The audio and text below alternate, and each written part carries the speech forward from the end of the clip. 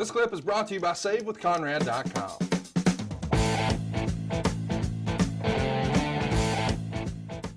Next up is what Meltzer would call a freak show segment, and I know you love these. Booker T's looking for Boogeyman.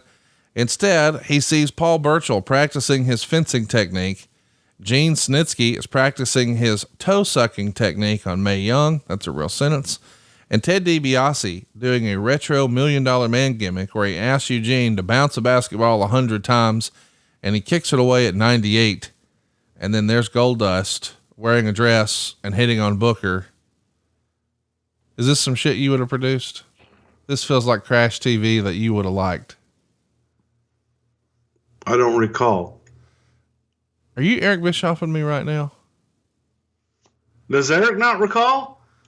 Well, I'm just saying you can at least get flowery with your words and give me something, but you're doing a goddamn Jerry McDivitt deposition right now. That was good shit, man. This is you all day. Come on. That was great shit right there. This feels like you and Brian having fun. Would Vince let us do this? Shit. Because this is the highlight of the fucking show. Paul Burchill practicing his fencing technique. Yeah. Come on, man. What? I don't know. Just because you can't fence, don't knock others that do. Gene Snitsky doing the old toe sucking routine on Mae Young. Wasn't a toe sucking routine. He was just admiring her toes. He likes feet. Okay. You don't got to get hot about it. Well, next up, we've got an interesting match. Boogeyman is going to beat Booker T and Sharmell in 3 minutes and 52 seconds. Here's the write-up. Boogeyman was wearing this fur all over to cover up his torn left biceps. They didn't do much of anything, but what they did do looked terrible. They couldn't really do much, though, since Boogeyman was hurt. Boogeyman pulled a huge handful of worms out of his pocket and ate them. There looked to be like there were 200 of them. He then kissed Sharmell, who ran off with worm drool all over her mouth. Boogie then pinned Booker immediately with the neck hanging tree slam. Booker T was the one guy after the show who was not at all happy with his match and how he was used. -1 star.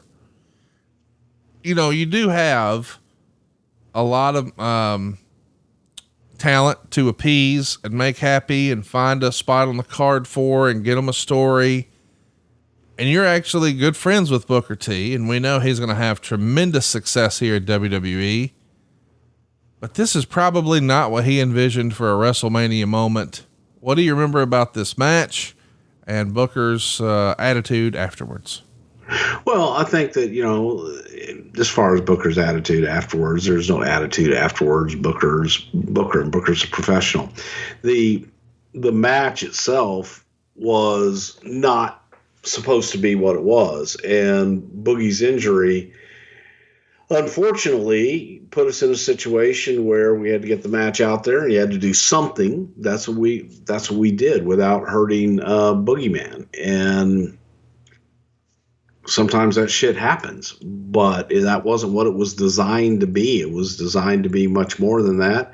And you have to do the best with what you have at your disposal at the time. That's it, you know, on shit. Would we want to do that? No. But unfortunately, you play the hand that you're dealt. Vince loves this Boogeyman shit, doesn't he? I did for a while, and then, you know, realized that when that bell rang, it fucked everything up.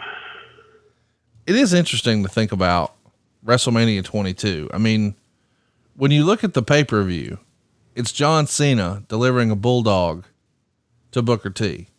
So it's the face of your company and Booker T. And we know the face of the company's in the main event that night.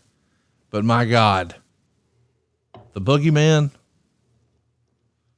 it almost feels like Booker T's the one who had behavioral problems. Hey, it's Conrad Thompson. Thanks for checking out the podcast here on YouTube. Be sure to hit the subscribe button and the notifications bell so you get a notice anytime we upload some new content. And go save yourself some money right now. If you're in a 30-year loan or you have credit card debt, it's not a matter of if I can save you money. It's a matter of how much.